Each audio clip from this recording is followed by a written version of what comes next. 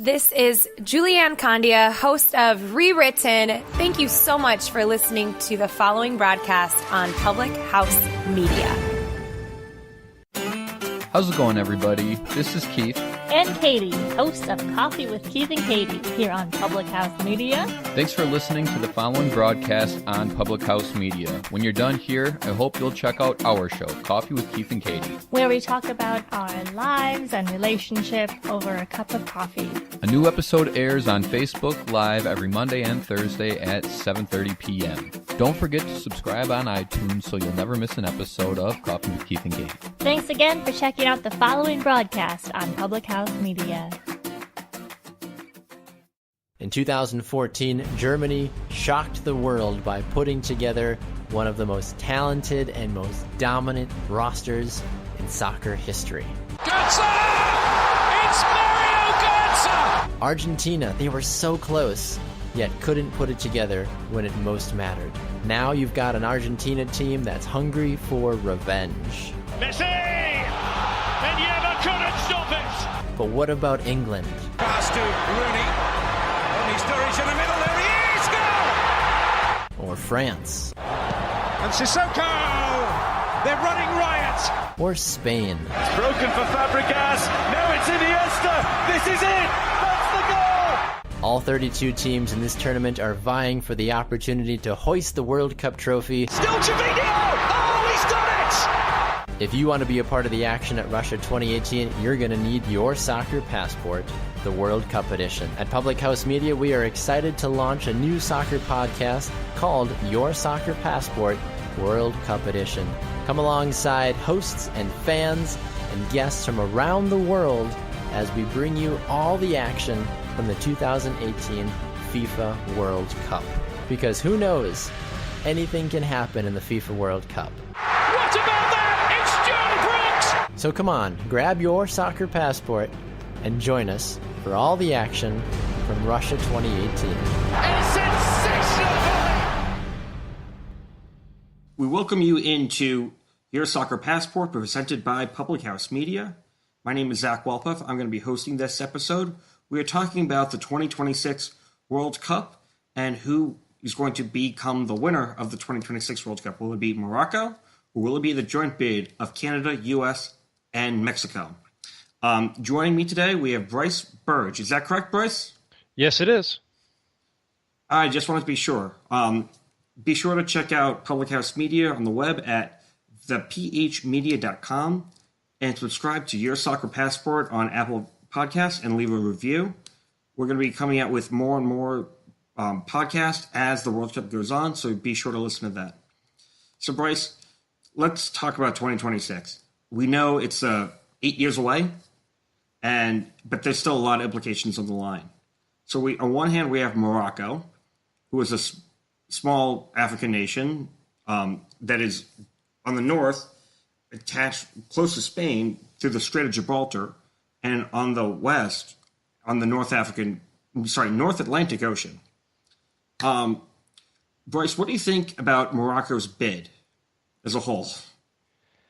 Well, Morocco has been here and tried this before, and they haven't been able to get it. I mean, African countries as a whole have not fared very well in the bidding process for World Cups. They've struggled with the exception of South Africa. But even with that format, Morocco has tried time in and time again to try to get this bid in there, because Morocco has one of the strongest national soccer federations on the continent. And believe it or not, they're one of the more economically stable countries as well. They've got a diverse economy. They've got a very good climate, which is odd because of where it's at, but they're north and coast. They're close enough to the coast that they're appeasing for tourists. They've got a strong tourism industry. The question is can they handle something of that size? Do they have the right infrastructure in terms of their national economy? Do they have enough hotel rooms? Do they have the right public transit systems? Do they have enough stadiums? Do they have enough seats? Because you will fill every seat. And their bid, is a very interesting bid because they have to rely on two cities that have multiple stadiums in Casablanca and Marrakesh. And that's something that I think is pretty interesting in terms of how their bid is compared to the other bid involved, where the other one is so spread out, or you've got multiple cities that could be involved that aren't. In this case, you've got two cities that have to do double duty, and what does that actually imply in terms of being able to host something like this? Now, Morocco's had the opportunity to host in the past. They hosted the CAF this year. They were supposed to host other tournaments in the past before they put in bids that have been delayed for one reason or another. And I know the other thing, too, is that they lost a mini football World Cup bid to their neighbors down the way in Tunisia. So, like, there's a couple of opportunities there where Morocco has played the bridesmaid and never the bride type deal. And while they're still putting this together, they still have to make a very compelling case of why they can handle all of this, which includes at least one new stadium and fixing a couple of the other ones. I know that right now the cities that they put in their bid require two stadiums in Casablanca and Marrakesh, but they also got Tetuan, Dar, El Jadida, Fez, which if you know those funny, I don't want to call them funny hats because that's not appropriate, but like the unique cylindrical style hats, that's where they come from. Also, they got Tangier and Rabat. The one that's really weird is Ouarzazate, which is more known for their really large solar farm, and they're kind of like the film center of Morocco. So there's a lot of tourism there. There's a lot of good things there, but they still have to build a stadium.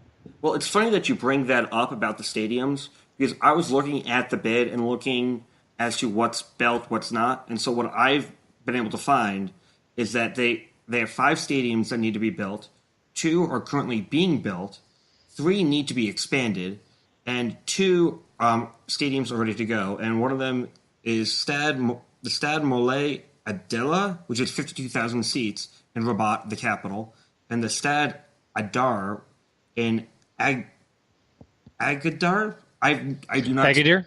Yeah, I do not speak Arabic. I'm not very good with Arabic names, and that's 46,048 people.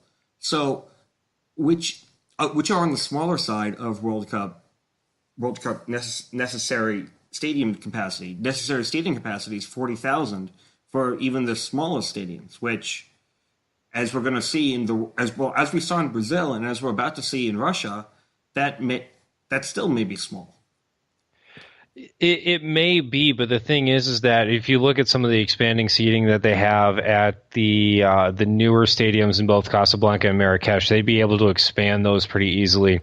A lot of these designs that they have in African nations, which I think is pretty cool in terms of the architectural, is that they seem to know that they need to expand in certain times, and I think a lot of that has to deal with some of the problems that they've had with infrastructure issues in Nigeria and Egypt over the last decade or so, in terms of how these stadiums have been built. And so now as the infrastructure is getting better in terms of the architectural design with these stadiums, it's nice to see that you can move these things around, because in Marrakesh and in Casablanca, you have such a tourism industry that you have major concerts there. They can handle the influx of the extra people and the extra seating. The question is are they going to be good seats? The question is are you going to be able to have parking and getting people in and out of the stadium safely?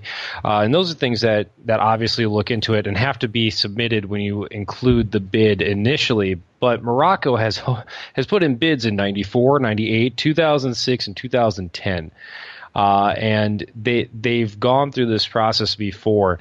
It's just a matter of now if the advantage of Morocco as one unit can really kind of sing more than a joint bid. And if Morocco ever hosts a World Cup in my lifetime, it's got to be this bid process for 2026. Well, the funny thing about 2010 is they were facing South Africa, which the South African Football Association has come out and said they're not supporting this bid, and we'll get to that towards later in the Morocco preview. But the 2010, both South Africa and Morocco had to give a bunch of money to Jack Warner, formerly at FIFA, now he's a Trinidad and Tobago politician. And so the whole hardball money laundering issue that FIFA has, which we're going to talk a little bit more about on the U.S. side, is just interesting to see how much was paid and what was said from that perspective. I want to get your opinion on this. Something that I was reading said that the bid was emphasizing the flying time between cities as being 75 minutes at the maximum, unlike America, where you could be going from, I don't know, Miami to hypothetically Edmonton, and that's probably a 10-hour flight, give or take. I wouldn't say it's that long. I mean, based on security protocols, like the whole airport experience may be 10 hours, or if you're adding in the couple hours, because that's a 2 time zone change to go from Miami to Edmonton. But when you look at the U.S. bid, the U.S. bid is going to be just U.S. cities, just Canadian cities, and just Mexican cities interacting with their own country. They won't have that. And the U.S. cities are regionally based, where they have them in the East, the South, the Midwest, and the West. And that is to help with that advantage. When you're looking at Morocco, all of the Moroccan cities that are in the bid are within the compacted good side of it. It's not in that Equatorial Guinea type area that is disputed territory that's further west down the coast. You mean Western Sahara? Yes. Excuse me. Sorry about that. So the Western Sahara part. We'll talk about that because there's a huge issue in play there. Well, they're actually part of a different confederation. When you look at it, that part of it is part of the European Federation, not the African Federation. So, even though that you've got that disputed aspect, you've still got a stable enough group in that country to host all of these things and to make it very quick to go back and forth between areas. That is kind of the appeal, because if you want to go see, especially for people that live close to a border and they want to see, let's say Austria and Germany, or they want to see Germany and the U.S. if they're like a Christian Pulisic fan, that kind of thing, then they can hop on a flight. The flights are going to be cheap. They're going to be able to come in, and they're going to be able to use their airlines and their airports as part of their public transit system that makes them more appealing. It's not just buses and taxis and Ubers now. They can actually claim that their entire national transit infrastructure goes into this public transit stuff that we talk about, because that was a huge problem in Brazil when Brazil just put in 2 giant stadiums in the middle of the rainforest with cities that would never be able to sustain such large elephant gifts of these stadiums, and that are already falling into disrepair. It's one of the reasons why even after all of the discretions, we'll call them that way, with the Qatar bid came out, you're still having to fight some of the poor logic involved. At least Morocco can say that this is a good thing, because Morocco's put forth good bids in the past and haven't gotten it. And now, because you're not seeing anything from Oceania, because you're not seeing anything from South America or anything like that, they're able to actually put together a decent bid. And with comparison models in terms of the North American bid compared to Morocco, then that is a significant advantage in terms of the flights. Well, I mean, not just the fact that nobody else really is putting out bids, but as you said, in Brazil, the stadiums that were white elephants pretty much are now sitting empty and are falling into disrepair, which is not really the best thing to do. And from a money perspective, that's one way, if you're an elected official, to be kicked right out. You're wasting how much money on an empty stadium? I mean, they said that Morocco's going to need to spend $16 billion American to upgrade the current stadiums. And that's 16% of the GDP. The GDP is $100 million US. So it's really a very interesting very interesting situation Morocco is in with the stadiums and whatnot. But as you talked about earlier, I want to talk about Western Sahara because that is a very interesting powder keg that I don't think many Americans know about. Western Sahara is a disputed area. It was ruled by Spain. And then in 1976, Spain signed an agreement letting pretty much going hands off on Western Sahara. And so Morocco, over the course of the 80s, kept moving down and further in and occupying different areas of Western Sahara. So there's a couple different players in it. You have the Sahrawi Arab Democratic Republic, which lays a claim to it. And this is why I brought up South Africa earlier. They recognize the SADR as the official rulers and the official government of Western Sahara. And so a lot of countries who are going to be voting against Morocco, even if they're African, are voting it against Morocco because of their occupation of the Western Sahara, and they believe that they should be their own independent nation. That being said, currently, from what I've been able to find, Morocco has the support of the CAF, Algeria, Belgium, Botswana, Cameroon, Egypt, France, Gambia, Guinea-Bissau, Kenya, Lebanon, Luxembourg, Myanmar, Nigeria, Palestine, Qatar, Senegal, Serbia, Tunisia, Uganda, and then, Dominica and St. Lucia in the Caribbean. What do you think about the two Caribbean nations supporting Morocco? I don't think it's that big of a deal for the two Caribbean nations necessarily supporting them, just because when you look at Eastern Caribbean nations, they have a strong international trade because they require it. Most of the things that they bring in come from different port cities around the world, and Casablanca and Rabat are some of the greatest ports that you can find. When talking about some of the other countries, if you wanted to look at the ones that are backing Morocco in Africa, you've got your Northern African, Sub-Saharan country neighbors that would get a boost from it just by having a boost in the tourism. You would see people go into Morocco and see that it's safe, and so they might go over to Algeria next time and try it. The other thing, too, is that you're looking at Mauritania, you're looking at Mali, you're looking at Niger, Chad, Libya, Sudan, Ethiopia, Cameroon, Burkina Faso. All of these countries have extreme situations of geographical economic dissidence, which means that you have some areas that are just nomadic herding and some of them that have some of the greatest technology that you'll ever see.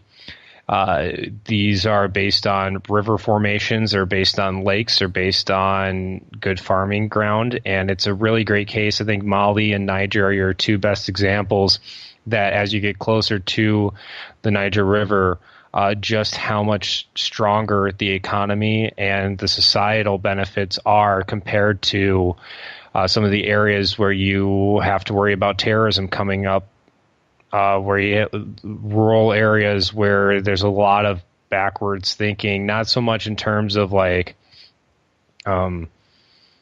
bad things, but like anti-societal, where they want to be left alone. And this causes economic dissidence inside of their own countries and then make them less stable. The economic theory on this kind of stuff is really crazy along those lines. But the reason why you have Morocco with Western Sahara like that is because you have your breakup there. Morocco came in to take that land after Spain said, I'm out, and it's still being operated kind of just by these people that are there, and there's political discord. But it mirrors some of the economic dissidence and societal bases that you see in Mali or Niger when you get more towards the open space away from established infrastructures of cities and urban development. Which is definitely not where I expected this podcast to go. But I'm super thankful for that economic geography class I took in college. I'm sorry. I had to bring it up because I'm a geography major, A. But B, there's a whole terrorism aspect that we don't know what the world's going to look like in 2026. And we don't know what North Africa, because North Africa has been a historical powder keg in the past 8 years. as to what can happen. Now, that being said about terrorism, let's focus on the Canada-US-Mexico bid because that ties in very well here. Mexico was previously hosted in 1970 and 1986. 86 was supposed to be Colombia. Colombia said, we can't host it 3 years before. And so what ended up happening is Mexico won in a runoff against the U.S. The U.S. won it in 1994, however. Canada's never hosted the men's, but has hosted the Women's World Cup in 2015. So one of the reason why I bring up terrorism is Donald Trump. Again, he may not be the best spokesperson for soccer. However, there's been a lot of FIFA officials and a lot of countries that have said, we're not sure as to what America could look like in 2026. And what Donald Trump tweeted on April 27th, the U.S. has got to put together a strong, in capital letters, bid with Canada and Mexico. Sorry, the U.S. has put together a strong bid with Canada and Mexico for the 2026 World Cup. It would be a shame if countries that we always support were to lobby against the U.S. bid. Why should we be supporting these countries when they don't support us? In parentheses, he asked, including the United Nations. What is your reaction to that? I think you could throw it all out the window after the tariffs on steel and aluminum that he just pulled. I mean, ultimately, when it comes down to it, you want to have a separation because the United States has a very big separation in terms of their national athletic programs compared to many other countries. Like in terms of Canada, they have a Ministry of Sport. European countries have a Ministry of Sport. It's kind of like if the NCAA in the U.S. ran everything, all of the professional leagues, all of the minor leagues, regardless of sport. They have a control over your local 5K that you could run and get a trophy at, then you would have a Ministry of Sport that you would have to go through. And the U.S. does not have that. So while that does make it not as official compared to other things, that's kind of the more capitalistic route, libertarian route that the U.S. has in athletics, which has its pros and cons, which I think is a little bit further down the line or down a rabbit hole that we want to go.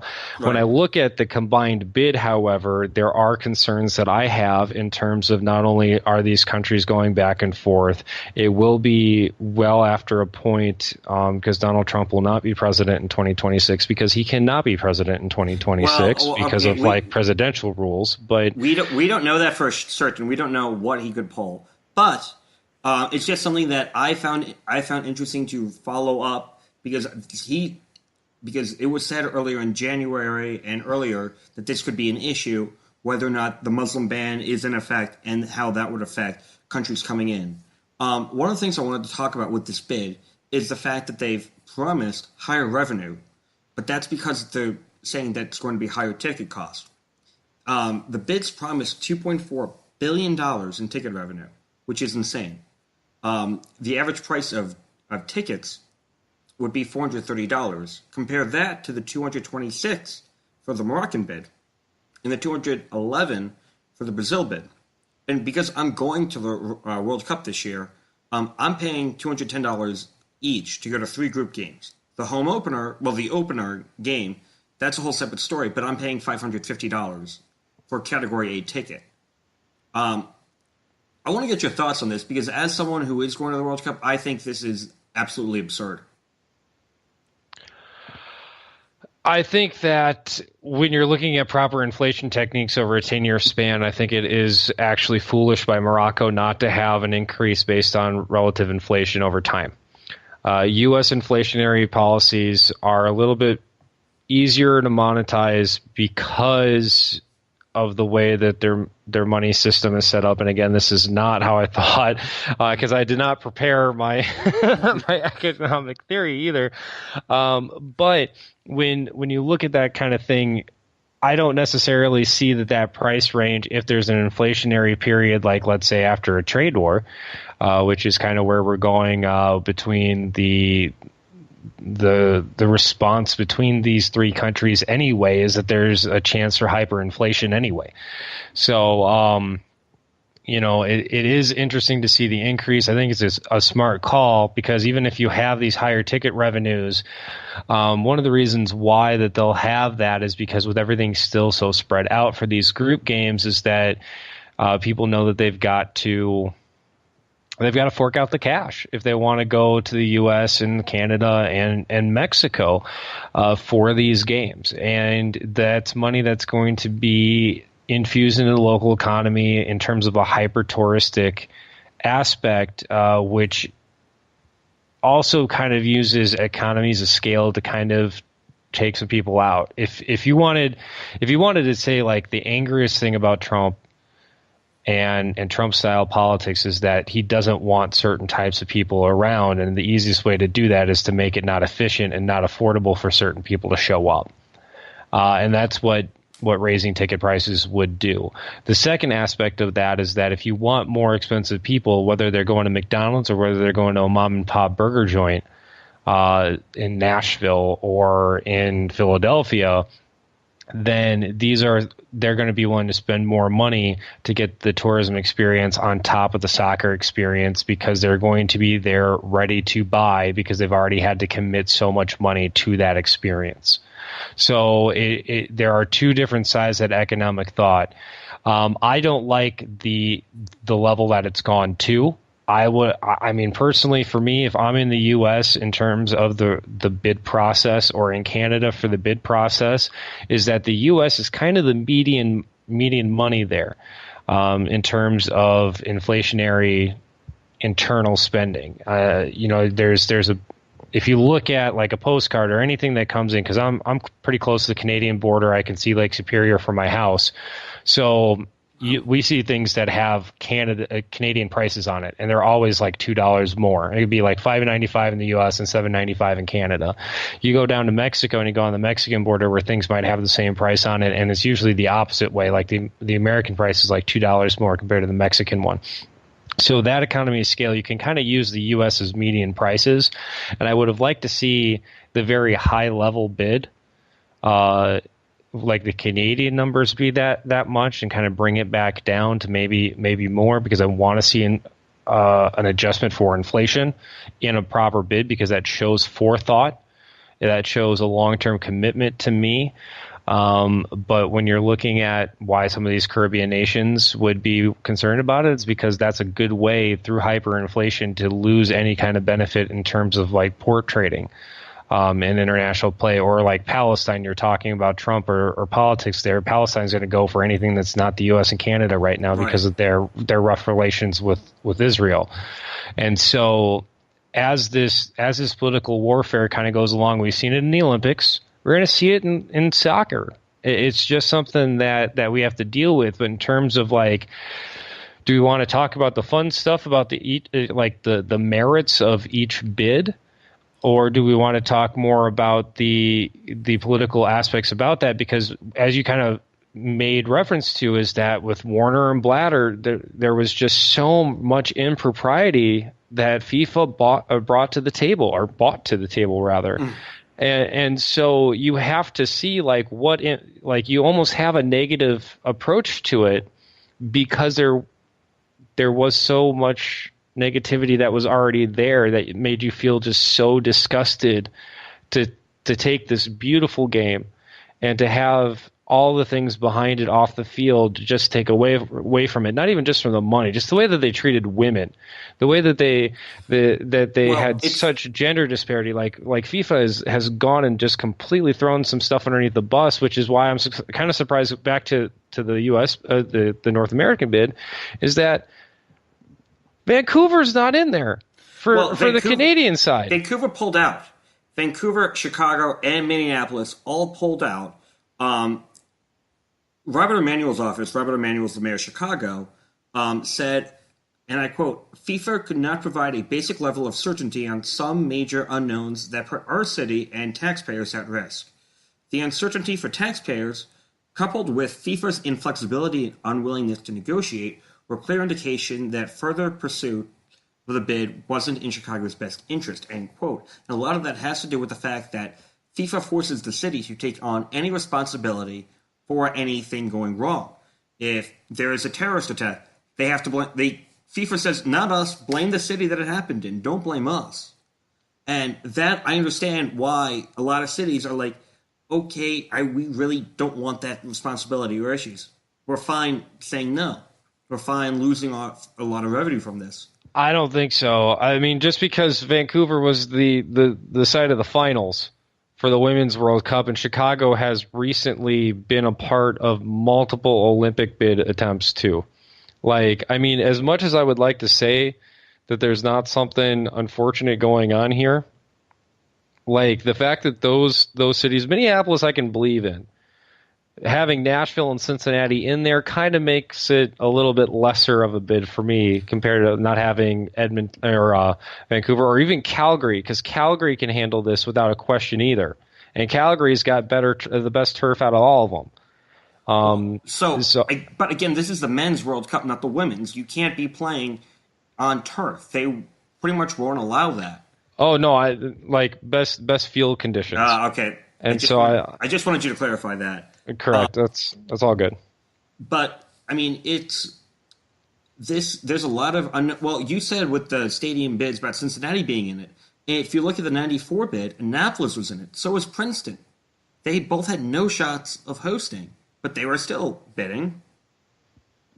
And so a lot of these cities you need to take with a grain of salt, like Nashville, Denver.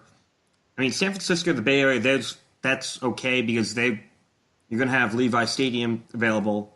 Vegas, even if they decide and put the Raiders' new stadium up. That's not a part of the bid. Vegas is not part of the bid at all. Now they're not. They were initially. They were thinking about it. Same with Green Bay. Green Bay was contacted. But, again, if you're coming from, I don't know, let's say Oman, you have no idea where Green Bay, Wisconsin is or what Green Bay, Wisconsin is. So really quickly, because we're running out of time, there's a lot more nations that support the U.S. bid, the joint bid. If let's say you're a voting delegate, who do you think's going to win? Who do you put your vote for? Those are two different answers for me. I think the North American bid is going to win, but I would give it to Morocco.